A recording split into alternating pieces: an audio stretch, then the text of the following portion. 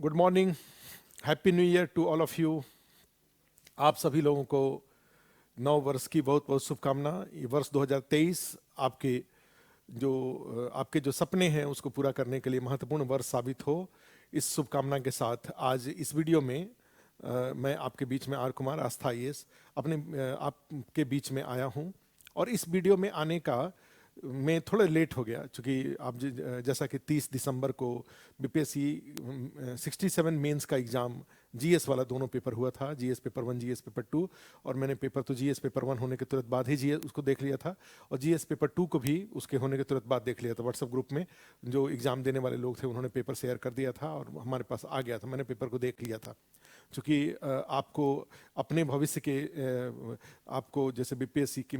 67 mains का exam दे करके interview के माध्यम से अपने सपने को पूरा करने की चिंता है, और उसके लिए आपने खूब रिगरस परिश्रम किया था, कठोर परिश्रम किया था। हम लोग आस्था यस में भी आपके इस प्रयास में सहयोग के लिए कार्य किए थे,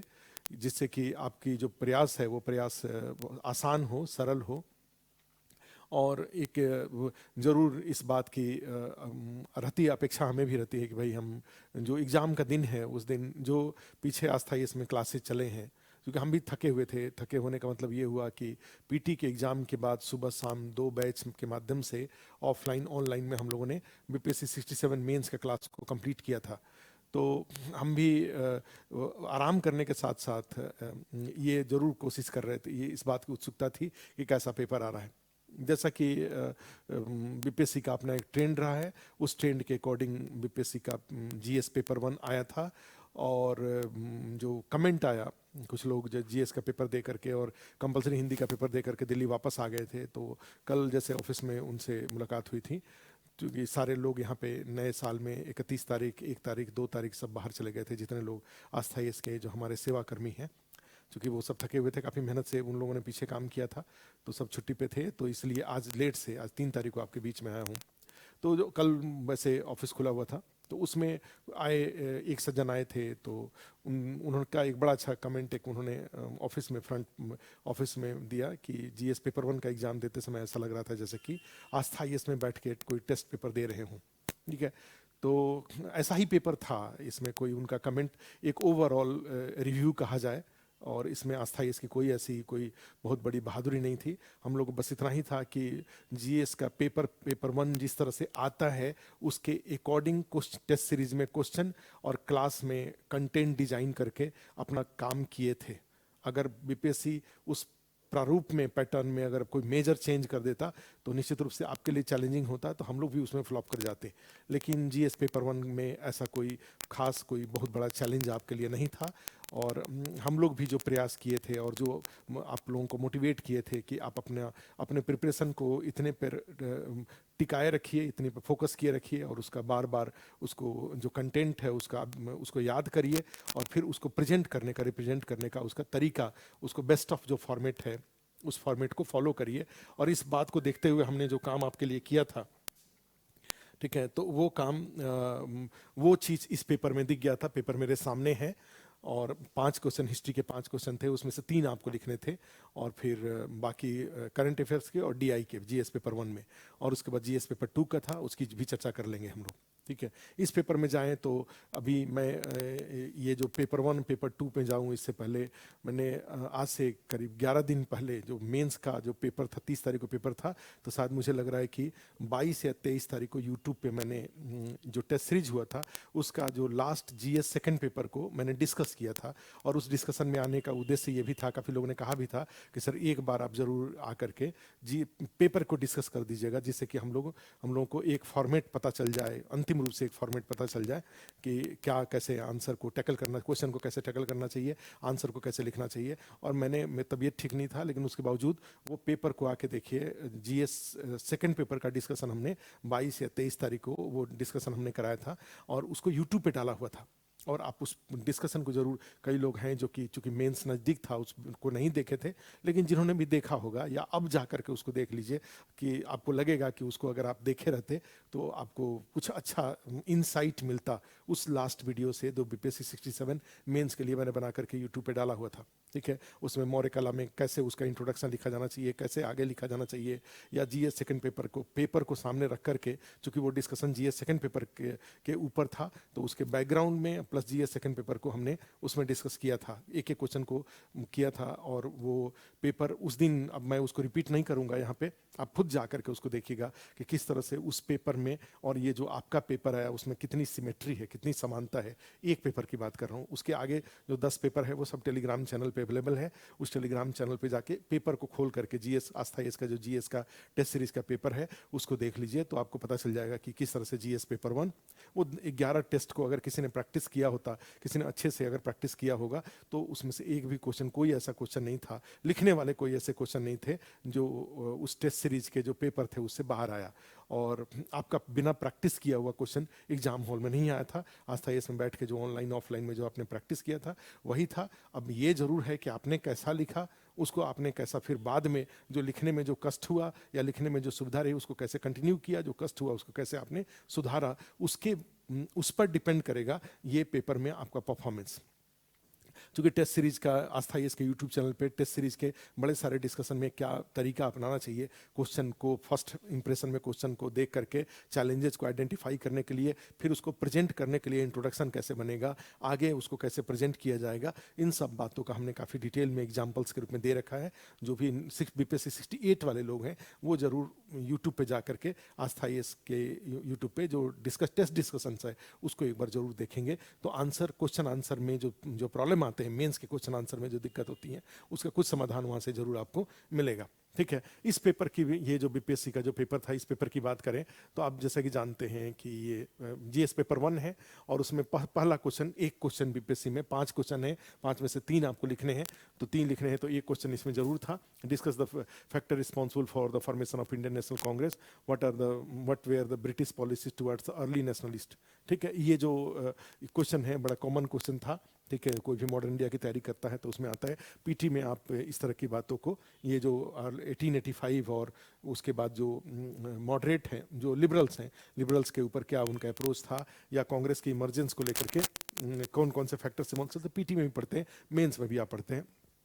इसमें प्रिंटेड नोट्स में भी हम लोगों ने इसको दे रखा हुआ है ये टॉपिक को। अब इसमें जाएंगे तो दूसरा जो क्वेश्चन था, ये क्वेश्चन 1857-1947 के मध्य बिहार में पाश्चात्य तकनीकी शिक्षा का विस्तार एवं क्रम का अनुरेखित करिए। ये कोई ऐसा क्वेश्चन नहीं था, बीपीएससी का टेस्ट सीरीज में प्लस क्लास में ये खूब अच्छे से कराया हुआ है। ठीक है, ये हमने भी टेस्ट सीरीज के डिस्कशन में भी, आप यूट्यूब पे जाएंगे तो आपको मिल जाएगा। ये कॉमन क्वेश्चन था, ऐसा नहीं था कि कोई अजूबा क्वेश्चन था। ये हमेशा बीपीएससी का जो लिस्ट हम लोग बताते हैं, उस लिस्ट में 4 और 5 अक्टूबर को जो हमने लिस्ट डिस्कस किया था बीपीएससी 67 के लिए, जो टॉपिक्स डिस्कस किया था, उसमें ये सारे टॉपिक कम से कम ये इसको हमने जरूर डिस्कस कर रखा था। ये 2 नंबर क्वेश्चन को। 3 नंबर क्वेश्चन में जाएंगे तो एक प्रतिष्ठित राष्ट्रीय नायक के रूप में गांधी के उदय के उत्तरदायी कारकों का आलोचनात्मक विश्लेषण करिए। गांधी के ऊपर ये एक है, गांधी, नेहरू, अंबेडकर, टैगोर, ये सब इंपॉर्टेंट होते हैं और जो सर पढ़ाते हैं तो उसमें निश्चित रूप से 1915 के बाद गांधी और गांधीवादी आंदोलन और गांधीवादी थिंकर्स, ये सब इंपॉर्टेंट, कई दिन इस पर क्लास चलता है। 1942 के भारत छोड़ो आंदोलन पर एक निबंध लिखिए। क्या यह एक अनायास ही होने वाला आंदोलन था? Right an essay on the quit India movement of 1942। अब ये 1942 एक अनकॉमन क्वेश्चन नहीं था, बड़ा ही कॉमन क्वेश्चन था। आपने, हर आदमी ने अच्छे से, अगर इसको आपने लिया है, हाँ, ये इस तरह के क्वेश्चन को लिखने में बस ये था कि बड़ा कॉमन क्वेश्चन था। जो इसका जो पैटर्न था, लिखने का जो तरीका था, वो तरीका आप चाहते तो आपने जरूर बदला होगा, जो अस्थाई से जुड़े हुए लोग हैं। जैसे इंट्रोडक्शन, जो भी आप इंट्रोडक्शन आपने लिखा, उसके बाद एक इंडिया का मैप बना करके जो क्विट इंडिया मूवमेंट का कहाँ कहाँ सेंटर था, कहाँ कहाँ आंदोलन, मुख्य रूप से आंदोलन कहाँ कहाँ हुए थे, वो सारे उसको लिख सकते थे। उसके बाद फिर पैरा चेंज करके इन सभी क्षेत्रों में जो आंदोलन हुए उसमें कौन कौन से आंदोलन की कौन कौन सी घटनाएं मुख्य रूप से थी, उसको फिर उसके नीचे फिर पैरा चेंज करके आंदोलन में जो घटनाएं, कौन कौन से लीडर्स इसमें, प्रमुख नेता इसमें शामिल थे, उसको फिर उसको पैरा चेंज करके फिर इसका इसके लिए कौन कौन से कारक उत्तरदायी थे, ये सब को लेकर factors responsible for beginning of 1942 quit India movement, इसके लिए कारण को भी आप चाहते तो डायग्राम में आप लिख सकते थे। फिर पैरा इसका जो इम्पैक्ट था पॉजिटिव और इसके लिमिटेशंस कुछ थे और पॉजिटिव था, उसको लेकर के नेशनल जो इंडिया के इंडिपेंडेंस पे इसका क्या इम्पैक्ट पड़ा था उसको लेकर के। तो ये एक अच्छा, आप चाहते तो कॉमन कंटेंट था, लेकिन उस कॉमन कंटेंट को आप बड़े अच्छे से चाहते तो परोस सकते थे, आप उसको प्रेजेंट कर सकते थे। आपने जरूर ऐसा ही प्रेजेंट किया होगा, अधिक से अधिक डायग्राम इसमें यूज किया होगा आपने। इंडिया का मैप हो या आगे के जो भी फैक्टर्स हैं उसको पॉइंट्स में या आपने दे करके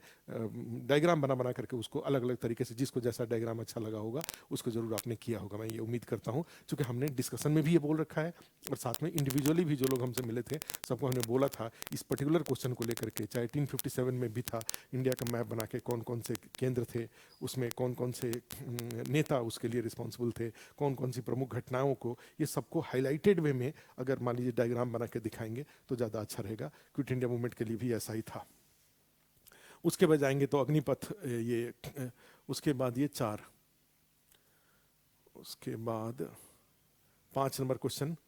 ये 5 नंबर क्वेश्चन यहाँ पे आ गया है, ये पेज थोड़ा चेंज हुआ। 5 नंबर में मौर्यकालीन कला की प्रमुख विशेषताओं का वर्णन कीजिए, ये describe the chief characteristics of Mauryan art. अब ये आप, अब इसमें क्या बोलने की बात है कि मौर्यन आर्ट को कितने बार प्रैक्टिस किया हुआ है। हमने जो 8 तारीख को जो हमने जो अभी लास्ट जो डिस्कशन किया था उसमें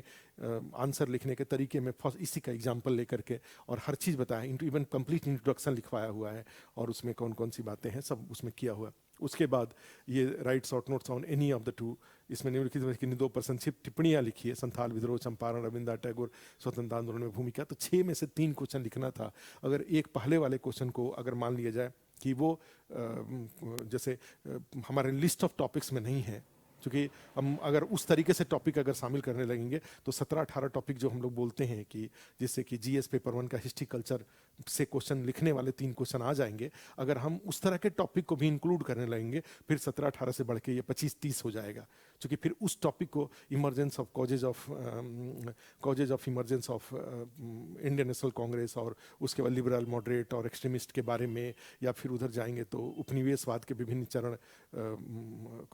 विभिन्न डिफरेंट स्टेजेस ऑफ कॉलोनियलिज्म जो है, तो ये सारी बातें तो शामिल करेंगे तो बहुत ड्रेन ऑफ वेल्थ, बहुत सारे टॉपिक आ जाएंगे। या सामाजिक सुधार आंदोलन, आधुनिक भारत के सामाजिक सुधार आंदोलन, तो कई सारे टॉपिक्स हो जाएंगे, लिस्ट बढ़ जाएगा। इसलिए अच्छा है कि उस एक क्वेश्चन को भी पूरे 6 में 6 में हमें तो करना नहीं है, 6 में 6 हमें लिखना नहीं है, हमें 3 लिखना है। और 17-18 टॉपिक में से 5 क्वेश्चन आ रहा है और उस 5 में से हमें 3 लिखना है, तो हमें उस एक की चिंता नहीं करनी चाहिए, हमें उस 5 में से ही 3, पांचों अगर अच्छे से याद हो तो उसमें से बेस्ट 3 आप अपनी पसंद के अनुसार लिख करके आप जो जीएस की जरूरत थी, इस पेपर की जो जरूरत थी उसको पूरा कर सकते थे। उस एक टॉपिक को के लिए मतलब पूरे 6 में 6 के लिए सुरक्षित होने की जरूरत नहीं है, 6 में से 5 आपको सीधे आ रहा था, आपके वो 17-18 टॉपिक में से 5 क्वेश्चन आ गया है, ये सफिशियंट है। आगे 68 के लिए भी इसी यही अप्रोच फॉलो करने की जरूरत है, वो पहला वाला क्वेश्चन को भी इंक्लूड करने के लिए और 10-12 टॉपिक उसमें जोड़ लें, इससे हमारा पर्पस पूरा नहीं होगा, हमारा पर्पस डिफीट हो जाएगा।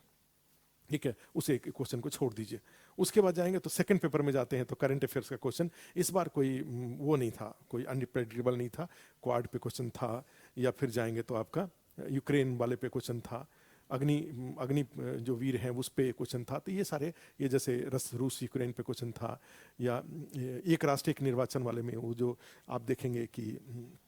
जो जीएस सेकंड पेपर का डिस्कशन की बात मैं कर रहा हूँ, बार बार रेफरेंस ले रहा हूँ, उसका जो पहला ही क्वेश्चन था उसमें भारतीय राजनीतिक व्यवस्था, भारतीय चुनाव और उसमें विरूपताएं, डिस्टोर्शन इन, तो उसका पहला ही था कि रिपीटेटिव चुनाव, और उसका जो एक्सप्लेनेशन हमने दे रखा है, तो ये बड़ा कॉमन क्वेश्चन था, ये चर्चा में था, 1 नेशन 1 इलेक्शन, क्योंकि भारत में लोकसभा, राज्य विधानसभाओं का चुनाव होता है, उसके बाद जाएंगे तो स्थानीय निकायों का चुनाव होता है, लोकल बॉडीज म्यूनिसिपैलिटीज़ का और पंचायत का चुनाव होता है। तो इसमें 2 पार्ट में अगर लोकसभा और राज्य विधानसभा का एक साथ चुनाव हो जाए और स्थानीय जो निकाय हैं उनका एक साथ चुनाव हो जाए, नगर पालिका और पंचायत का एक साथ चुनाव हो जाए, तो इससे देश में सिर्फ 2 ही बार चुनाव, और उसको लेकर के तो ये क्वेश्चन हमने पहला ही क्वेश्चन जो जीएस सेकंड पेपर का जो लास्ट जो टेस्ट सीरीज का क्वेश्चन था वो पहला ही क्वेश्चन इसी पे है, और इस क्वेश्चन को हमने खूब अच्छे से, इसमें क्या अप्रोच आपको होना चाहिए वो हमने डिस्कस कर रखा है एग्जाम्पल दे करके। ठीक है। उसके बाद जाएंगे तो रसिया यूक्रेन, तो करंट अफेयर्स का था। अग्निपथ विकास, ये भी क्वेश्चन पूछा हुआ है, आप सेकंड पेपर में ही जाएंगे तो ये क्वेश्चन पूछा हुआ है। जीएस सेकंड पेपर का लास्ट वाले डिस्कशन में ही ये क्वेश्चन आया हुआ है। हमने ये जरूर पूछा था कि बिहार में इसको लेकर के इतनी तीव्र प्रतिक्रिया क्यों हुई, ये हमने एक जोड़ा हुआ था यहाँ पे, लेकिन ये क्वेश्चन अग्निपथ वाला क्वेश्चन ये पूछा हुआ था। ठीक है, तो ये आरोप सत्ताधारी दल अपने निवेश, अच्छा ये जो 11 नंबर क्वेश्चन था, it is generally alleged that ruling party miss use the constitution institution. इस बार इन्होंने क्या किया कि ये पॉलिटी के क्वेश्चन को उठा करके करंट अफेयर्स में इन्होंने पूछ दिया है इन्फोर्समेंट डायरेक्टरेट को। वो जीएस सेकंड पेपर का जो डिस्कशन है उसमें जाके देखिए, उसमें हमने केंद्र राज्य संबंध, सेंटर स्टेट रिलेशन, और उसमें ये जो इन्वेस्टिगेटिंग एजेंसीज हैं उसके मिसयूज को लेकर के 5 मिनट बोला हुआ है। और उस 5 मिनट में हमने रिक्वेस्ट किया था, सब में बार बार बल दे करके उसमें बोला हुआ है कि जब आप इस क्वेश्चन के आंसर को लिखने जाएंगे तो केवल प्रेजेंट जो अभी घटनाएं घट रही हैं उसका रेफरेंस नहीं लीजिएगा।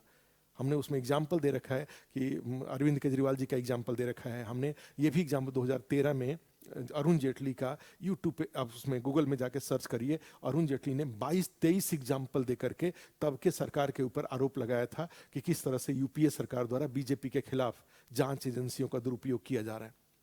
ठीक है, तो इसमें वर्तमान में जो आरोप लग रहा है, ठीक है, केवल कई बार क्या होगा, वो पीछे वाले एग्जाम्पल को अगर ध्यान में आप नहीं रखेंगे तो आप एक पक्षीय आंसर लिख देंगे कि वर्तमान में सरकार द्वारा किया जा रहा है, उसके कई सारे एग्जाम्पल दे देंगे। लेकिन आपको ध्यान रखना चाहिए कि इस तरह के ये हर जगह हो रहा है। ये जैसे कोई एक बग्गा थे, बग्गा ने अरविंद केजरीवाल जी के ऊपर कुछ बोल दिया और उस बग्गा के खिलाफ बीजेपी के जो नेता थे उनके खिलाफ पंजाब में केस दर्ज किया गया और पंजाब पुलिस आकर के उनको यहाँ से उठा के ले जा रही थी, तो हरियाणा में हरियाणा पुलिस ने उसको रोका और उस पर अपहरण का आरोप लगाया पंजाब पुलिस के ऊपर उस तरह से। तो ऐसी चीज़ें होती हैं, ठीक है, और इस पे हमने खूब इम्फेसिस दे करके उस वीडियो में बोल रखा है इस क्वेश्चन को। ये वाले प्रायः ये आरोप लगाया जाता है कि सत्ताधारी दल अपने निहित स्वार्थों संवैधानिक संस्थाओं को दुरुपयोग करता है। क्या आप इस सहमत हैं? हमने इस क्वेश्चन को उसमें केंद्र राज्य संबंध तथा, ठीक है, उसको लेकर के हमने केंद्र राज्य संबंध के साथ उसको जोड़ के क्वेश्चन पूछा हुआ है। और ये जो इस पे क्या है, सत्ताधारी दल द्वारा संवैधानिक संस्थाओं को दुरुपयोग करता रहता है, तो इसमें सत्ताधारी दल का मतलब होता है कि सत्ताधारी दल में जो सत्ता में है, चाहे केंद्र हो, चाहे राज्य हो, चाहे एनडीए हो, चाहे यूपीए हो, हर सरकार के ऊपर इस तरह का आरोप लगा हुआ है। और खूब एग्जाम्पल दे दे करके इस क्वेश्चन को हमने एग्जाम, आपका 30 दिसंबर के एग्जाम के 8 दिन पहले जो वीडियो बनाया था उसमें इसका एग्जाम्पल लिया हुआ है। ठीक है, इस क्वेश्चन को देखिएगा। तो कहा जाए तो ये वाला क्वेश्चन हुआ, चाहे एक देश एक चुनाव वाला क्वेश्चन हुआ, चाहे क्वाड का क्वेश्चन हुआ, चाहे ये अग्निपथ वाला क्वेश्चन है, तो 4 में से 3 लिखने थे आपके पास सफिशियंट। 5 क्वेश्चन था करंट अफेयर्स का, 5 में से 3 लिखना था, आपके पास सफिशियंट क्वेश्चन इसमें है। ठीक है, 3 लिखने के लिए क्वेश्चन आपके पास। तो इसमें भी डेटा इंटरप्रिटेशन का क्वेश्चन सब लोगों ने व्हाट्सएप ग्रुप में उसका आंसर मिला लिया है। ठीक है, तो पेपर 1 की जहाँ तक बात करें तो पेपर 1 में जो वो लास्ट में कमेंट था कि भाई जो ये ऐसा था जैसे कि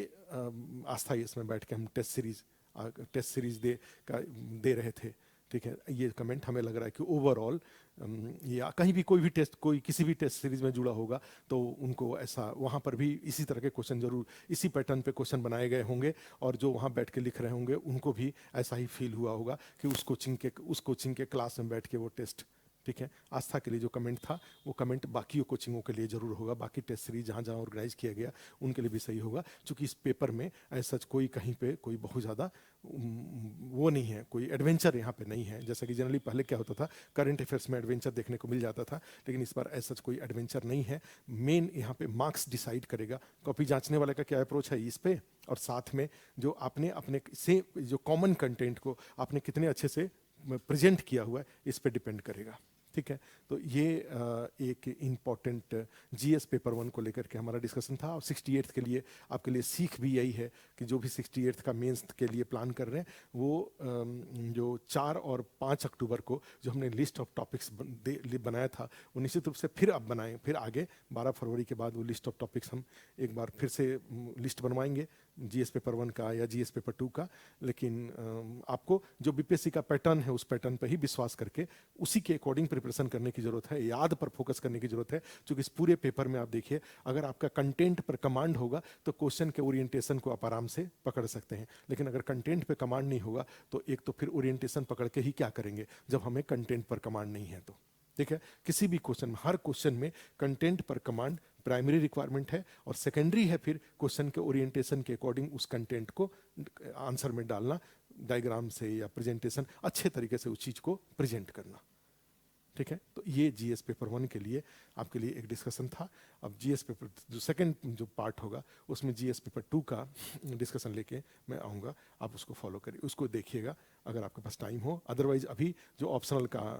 जो एग्ज़ाम है उस ऑप्शनल पे फोकस करिए। ऑप्शनल का फोकस करने के बाद फिर आप अपने पेपर को जो आपने लिख रखा है उसका एक बार डमी क्रिएट करिएगा। डमी क्रिएट करके हम लोगों को भी दिखाने की कोशिश दिखाइएगा, जिससे कि हम भी अनुमान लगा सकें कि आपको कितना मार्क्स आएगा। ठीक है, और फिर वही बात है कि वो अनुमान होगा। अब हम अनुमान पॉजिटिव माइंड के साथ हम कहेंगे कि भाई जीएस पेपर 1 जो जिस तरह का पेपर है इसमें अगर किसी ने अच्छे तरीके से डायग्राम वगैरह डाल करके अगर चीज़ों को प्रेजेंट किया होगा तो उनको 210 नंबर 212 नंबर जैसा कि पहले आता रहा है, डीआई सही है और हिस्ट्री और करंट अफेयर्स के क्वेश्चन को भी आपने ठीक किया है तो 210 212 नंबर से कम 210 212 नंबर 215 नंबर तक आ सकता है। हमने ये बोला, और किसी ऐसे साइडिस्ट आदमी के पास कॉपी गया जिसको कुछ अच्छा ही नहीं लगता है और वो सबको काट काट करके 15 नंबर 17 नंबर 15 नंबर 17 नंबर 12 13 14 15 दे दिया, और पता लगा कि जीएस पेपर 1 में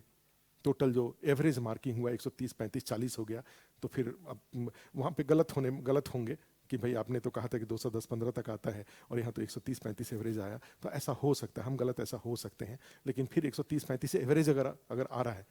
ठीक है, तो वहाँ पर भी जो अच्छा लिखेंगे उनको 150 आएगा, जो खराब लिखेंगे उनको 110 15 आएगा, तो वहाँ पर भी डिफरेंस हो जाएगा। और अगर ऐसा होता है कि जीएस पेपर 1 में मार्किंग थोड़े लूज मार्किंग होती है, खुला जैसा लिखा वैसा मार्किंग होगा, तो कट ऑफ फिर 500 के आसपास जाएगा। और जीएस पेपर 1 में मान लीजिए अगर दबा करके, इतना अच्छा पेपर के बावजूद अगर दबा के मार्किंग होता है तो फिर कट ऑफ 450 के आसपास जाएगा।